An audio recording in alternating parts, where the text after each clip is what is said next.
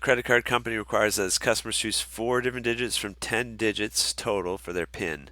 Now, Newton doesn't explicitly say this, but if you're choosing 4 digits, I think they should be able to repeat. But when I took a look at this problem, they said that it was a permutation. They want you to use P and then fill in the blanks. It's a little misleading.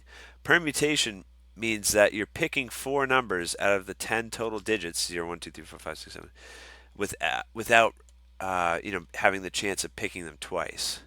In reality, you could have a pin that's 5555, right? In that case, there'd be 10 to the fourth power different options because there's 10 for the 10 options for the first one, and the digits can repeat. There's 10 options for the second one, etc., etc. But this one, since they already, I think they tell you to fill it in. It's a permutation problem. We're going to assume the digits cannot repeat. You can't use the number 2 twice. In other words. So what is the probability that a customer choose a PIN number where the first digit is 3? A probability is always the amount of items you're interested in divided by the total number of possibilities. So in this case, we're interested in the probability the customer chooses where the first digit is 3.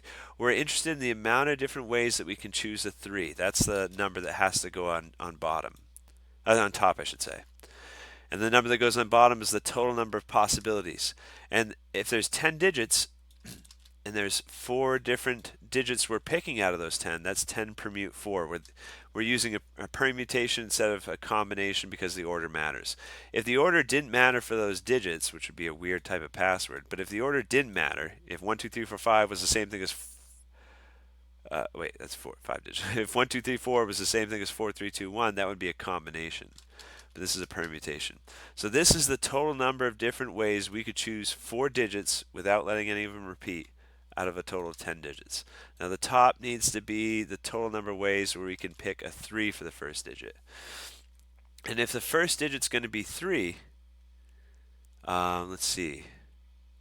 I guess, so you could have 3, 1, 2, 4, right? You could have 3, 1, 2, 5. The 3 has to be fixed. It's these 3 numbers over here that can fluctuate. And again, this is under that assumption that you can't repeat digits. So there's actually only 9 digits we can pick from now. These are the only ones that can fluctuate. We fix this as a 3. So there's so that we're picking 3 out of those. Okay, so that wasn't the best explanation. Let me try that again. If the first digit is going to be a 3, and if you can't have a 3 pop up again, then now out of 10 digits, you've taken one out of the system. Now there's only 9 digits to choose from. And we're trying to pick 3 of those 9 to fill out the last part of the number. The first digit is fixed. These other 3 can fluctuate. So that's the formula, and then you could go through the permutation formula for the probability. But I think this question wants you to just leave it here. If you wanted to finish the calculation, that's 9 factorial over 3 factorial 9 minus, wait, no, sorry, I got that wrong. That's a combination formula. 9 minus 3 factorial. And then same thing for down bottom, then it'd be 10 factorial. But you might already know that. So I'm pretty sure it wants you to just stop here. I can't leave it. As a math teacher, I was just going to go on. I'm sorry, I know it takes some time, but I'm going to finish it out. That would be the full calculation. And then you'll have to check out other videos if you don't know what a factorial is. That just means 9 times 8 times 7 times 6 times 5 all the way down. Okay, on to the next one. A child randomly selects 4 blocks from a box containing 3 red blocks, 5 blue blocks, and 2 green blocks. What is the probability that the child selects all 3 red blocks plus 1 other block? Okay, so I think this is another one where they want us to just plug numbers into the formula. Look, the order you pick the blocks doesn't matter, right? They didn't say the first 3 are red. They're not talking about order at all. So this one is a combination problem. So we use C for the combination formula. This other one was a permutation because the order you pick your pin matters. If a person plugs in 1, 2, 3, 4, another person comes up behind them and plugs in 4, 3, 2, 1, they're not going to get into whatever passcode they're trying to use, right? Because the order matters. But in this one, the order does not matter.